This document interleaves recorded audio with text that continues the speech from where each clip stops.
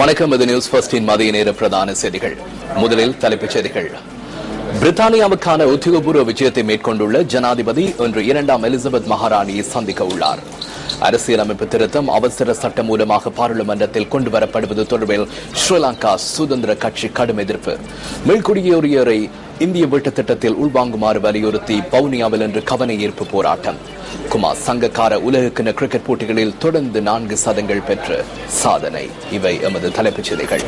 அரசியலமைப்பு திருத்தம் அவசர சட்டம் மூலமாக பாராளுமன்றத்தில் கொண்டுவரப்படுவதை ஸ்ரீலங்கா சுதந்திர கட்சி கடுமையாக எதிர்ப்பதாக எதிர்க்கட்சித் தலைவர் நிமா ஸ்ரீபாலடி சில்வா தெரிவிக்கின்றார்.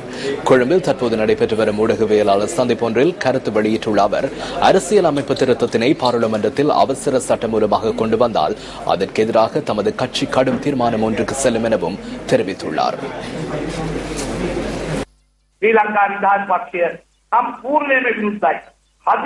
அவசர சட்டம் மூலமாக அரசியலமைப்பு திருத்தம் சமர்ப்பிக்கப்படுவதை ஸ்ரீலங்கா சுதந்திர கட்சி முழுமையாக எதிர்க்கின்றது.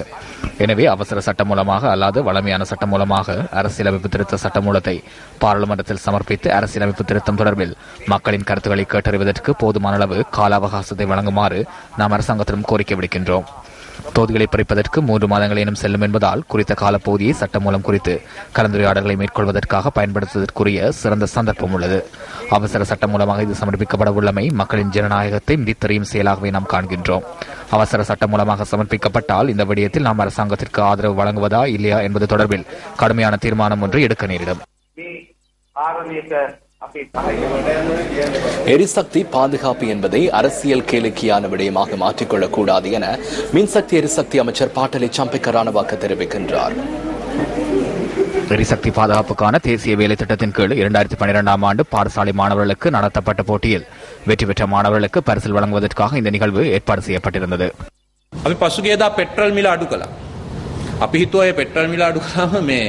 நாங்கள் அண்மையில் எரிபொருள் விலையை குறைத்தோம். மக்கள் எரிபொருளுக்கு செலவழிக்கின்ற பணத்தை வேறு தேவைகளுக்கு பயன்படுத்திக் கொள்வார்கள் என்று கருதினோம். தற்போது ஆக்டைன் 95 பெட்ரோல் வகை 50 வீதத்திற்கும் அதிகமாக பயன்படுத்தப்படுகின்றது. இதனால் கட்டணம் அதிகரித்திருக்கின்றது. அவர்களின் பணம் குறையவில்லை. 20 வீதத்தினால் நாங்கள் மின் கட்டணத்தை குறைத்தோம். 50 வீதத்தினால் நுகர்வு அதிகரித்திருக்கின்றது. இறுதியில் எதுவும் எஞ்சவில்லை. அது பொருத்தமற்றது. எரிசக்தி பாதுகாப்பு திட்டமில்லாத பல நாடுகள் நட்டமடைந்திருக்கின்றன. எரிசக்தி பாதுகாப்பு திட்டத்தை அரசியல் கேளிக்கையாக மாற்றிக்கொள்ளக் கூடாது. இது குறுகிய கால திட்டம் அல்ல, இது நீண்ட கால திட்டமாகும். බලශක්ති සංරක්ෂණය දේශපාලන විහිළුවක් කරගත යුතු නැහැ. මේක කෙටි කාලිනව. மீள்குடியேறியோரை இந்திய வீட்டு திட்டத்தில் உள்வாங்குமாறு வலியுறுத்தி வவுனியாவில் இன்று கவன ஈர்ப்பு போராட்டமும் ஜனாதிபதிக்கு மகஜர் கையளிக்கும் நிகழ்வும் முன்னெடுக்கப்பட்டது. மீள்குடியேறியோர் நலன் பேணும் அமைப்பும் வவுனியா மாவட்ட பிரஜைகள் குழுவும் இணைந்து இந்த நடவடிக்கையை முன்னெடுத்திருந்தது. வவுனியா நகரசபை மைதானத்தில் இன்று முற்பகல் 10 மணி அளவில் ஆரம்பமான இந்த நடவடிக்கை A9 வீதியூடாக வவுனியா மாவட்ட செயலகம் வரை பயணித்ததாக எமது செய்தியாளர் தெரிவித்தார். இந்த கவன ஈர்ப்பு நடவடிக்கையில் பாராளுமன்ற உறுப்பினர்கள், வடமாகாண சபை உறுப்பினர்கள் உள்ளிட்ட பலரும் கலந்து கொண்டிருந்தனர். இந்திய வீட்டு திட்டத்தில் தாம் புறக்கணிக்கப்பட்டுள்ளதாகவும் பாரபட்சமாக வீடுகள் வழங்கப்பட்டுள்ளதாகவும் கவன ஈர்ப்பு போராட்டத்தில் ஈடுபட்டவர்கள் குறிப்பிட்டனர். இந்திய பிரதமர் நரேந்திர மோடியின் இலங்கை விஜயம் தமக்கு சிறந்த தீர்வை பெற்றுத் தரும் என நம்புவதாகவும் அவர்கள் சுட்டிக்காட்டினர்.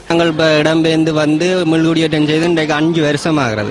இதுவரைக்கும் எங்களுடைய அடிப்படை தேவையான வீட்டு திட்டமோ மின்சாரமோ மற்ற ஒரு பொது மண்டபம் முன்பள்ளி ஆகிய எந்த கொடுப்பனவும் இல்லை. எங்களுக்கு ஆரம்பத்தில் தரப்பட்ட 8 பேக்கெட் சீமந்தும் 12 தகரவும் தான். அந்த தகர கொட்டில இன்றைக்கு எங்களோட மக்கள் இன்றைக்கு 6 வருஷமா தனியாக விவசாயம் மட்டும் தோட்டம் மட்டும் வயல் கூடி இல்லை. இந்த நிலைமையிலே சின்ன கொட்டில எங்களோட மக்கள் வாழ்ந்து கொண்டு வருகிறோம். மாவட்ட செயலகத்துக்கு சென்ற குழுவினர் தமது மகஜரை வவுனியா மாவட்ட அரசாங்க அதிபரிடம் கையளித்துள்ளனர். தம்மிடம் கையளிக்கப்பட்ட மகஜரை ஜனாதிபதிக்கும் பிரதமருக்கும் அனுப்பி வைப்பதாகவும் வீட்டுத் திட்டம் தொடர்பில் உரிய கவனம் செலுத்தப்படும் என மாவட்ட அரசாங்க அதிபர் உறுதி வழங்கியதை தொடர்ந்து எதிர்ப்பில் ஈடுபட்டவர்கள் அங்கிருந்து கலைந்து சென்றனர்.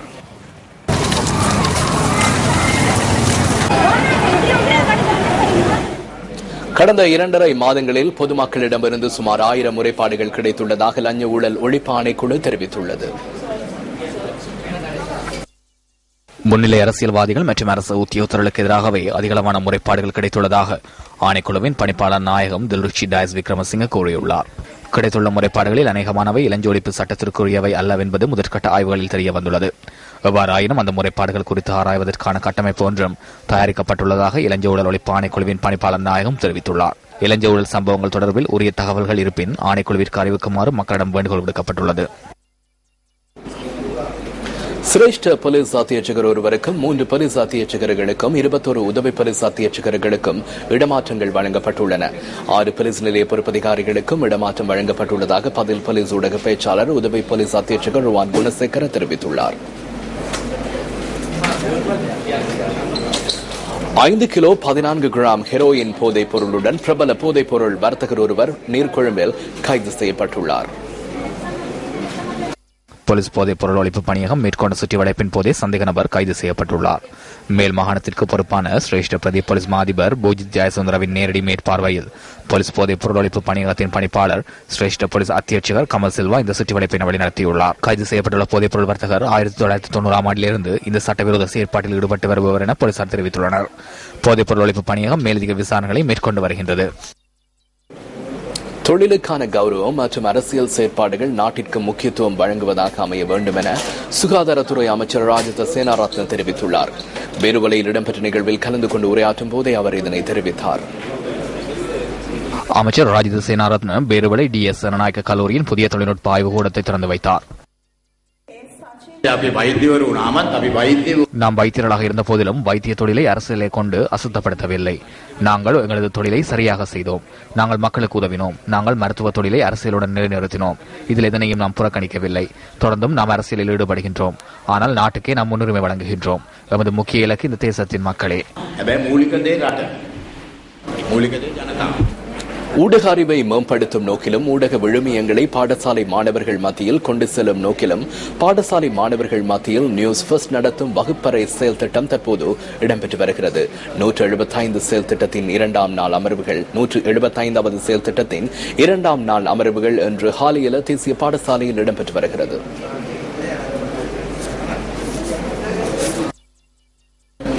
இரண்டாம் நாளான இன்று மாணவர்கள் மத்தியில் தலைமைத்துவத்தை வளர்ப்பதற்கான பயிற்சிகள் வழங்கப்படுகின்றன.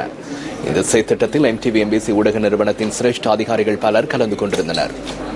கேபிட்டல் மகாராஜா நிறுவனத்தின் குழும பணிப்பாளர்களில் ஒருவரான SC வீரசேகர மற்றும் MAS ஹோல்டிங்ஸ் நிறுவனத்தின் நிதி முகாமையாளர் ருவான் கேரகல ஆகியோர் இந்த செயலமர்விற்கு பிரதம விருந்தினர்களாக அழைக்கப்பட்டிருந்தனர்.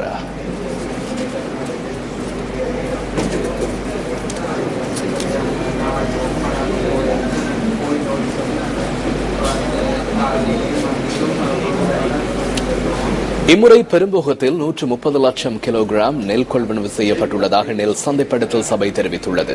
இதற்காக 599 மில்லியன் ரூபாய் செலவிடப்பட்டுள்ளதாக சபையின் தலைவர் MP திசாநாயக்க தெரிவித்துள்ளார். இம்முறை நெல் கொள்வனவிற்காக திரைசேரி 9,900 மில்லியன் ரூபாவை ஒதுக்கியுள்ளது. 1 கிலோகிராம் நாட்டரிசி நெல் 45 ரூபாய் என்ற நிர்ணய விலையிலும் 1 கிலோகிராம் சம்பா அரிசி நெல் 50 ரூபாய் என்ற நிர்ணய விலையிலும் கொள்வனவு செய்யப்படுவதாக நெல் சந்தைப்படுத்தல் சபை குறிப்பிட்டுள்ளது.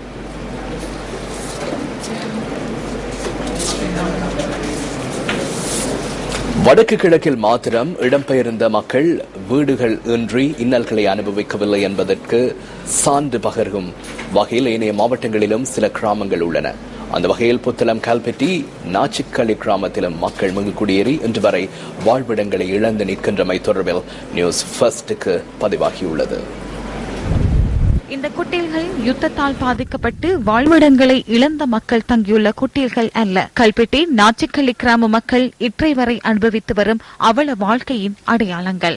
எவ்வித அடிப்படை வசதிகளுமின்றி நிரந்தர வீடுகளும் மற்ற நிலையில் பெரும் துன்பத்துடன் வாழ்கின்றனர் நாச்சிக்களி கிராம மக்கள். நவீன யுகத்திலும் மின்சார இணைப்புகளின்றி வாழ்வில் ஒளியிழந்து காணப்படுவதாக நாச்சிக்களி கிராம மக்கள் அங்கலாய்க்கின்றனர். 13 வருஷமாக நமக்கு எந்த வேலை திட்டமும் இங்க நடக்கல. நாச்சிக்கல்ல கரண்ட் டிரான்ஸ்பார்மரை உட்காந்து பூட்டிட்டு போனதுதான் இங்க வரையில. எம்பி மாட்ட சொன்ன உடனே பார்ப்போம், நாளைக்கு பார்ப்போம், நாளன்னைக்கு பார்ப்போம் சொல்றாங்களோ. அடுத்து இந்த ரோட்டு நமக்கு கொஞ்சம் செய்யணும், ரோட் கொஞ்சம் செய்யணும் அதையும் சொல்லிக்குது. அதுவும் செஞ்சு தர்றாப்லே இல்லை. வடிகான் வசதிகள் உள்ளிட்ட எவ்வித உட்கட்டமைப்பு வசதிகளும் தமது கிராமத்திற்கு ஏற்படுத்தி கொடுக்கப்படவில்லை எனவும் நாச்சிக்களி கிராம மக்கள் தெரிவிக்கின்றனர். தங்களின் கிராமத்திற்கு முறையான வீட்டு திட்டம் அறிமுகப்படுத்தப்படவில்லை எனவும் அவர்கள் குறிப்பிடுகின்றனர். இந்த ரோட்டெல்லாம் இந்த உள்ளுக்கு போறதுக்கு வழியெல்லாம் ஒண்ணும் இல்லை. ரொம்ப கஷ்டத்துல இந்த வாழ்ந்துட்டு ஒரு வீட்டு திட்டங்கள் ஒன்றும் இல்லை, எல்லாம் ஓல குடிசைகள் தான் இருக்கிறது. அடிப்படை வசதிகள் அனைத்தையும் ஏற்படுத்தி தருவதாக தேர்தல் காலங்களில் வாக்குறுதிகள் மாத்திரம் விடுக்கப்பட்டால் சரியானதா? எவ்வித உட்கட்டமைப்பு வசதிகளும் இன்றி துன்பியல் வாழ்க்கையில் அல்லலுறும் மக்களின் துன்பங்கள் களைக்கப்படுவது எப்போது? எனவே நாட்டில் அபிவிருத்தி அடைந்துள்ள கிராமங்களை போன்று கல்பிட்டி நாச்சிக்கலி கிராமத்திற்கும் அடிப்படை வசதிகளை ஏற்படுத்தி கொடுத்து மக்களின் துன்பகரமான வாழ்க்கைக்கு தீர்வு பெற்றுக் கொடுக்க வேண்டும் என்பதே அனைவரினதும் எதிர்பார்ப்பு. இத்துடன் நமது நியூஸ் ஃபர்ஸ்டின் மதிய நேர பிரதான செய்தி அறிக்கை நிறைவு பெற்றது. நமது அடுத்த பிரதான செய்தி அறிக்கை இரவு 8 மணிக்கு எதிர்பாருங்கள். நமது மணித்தியான செய்திகள் 2:25 இடம்பெறும். வணக்கம்.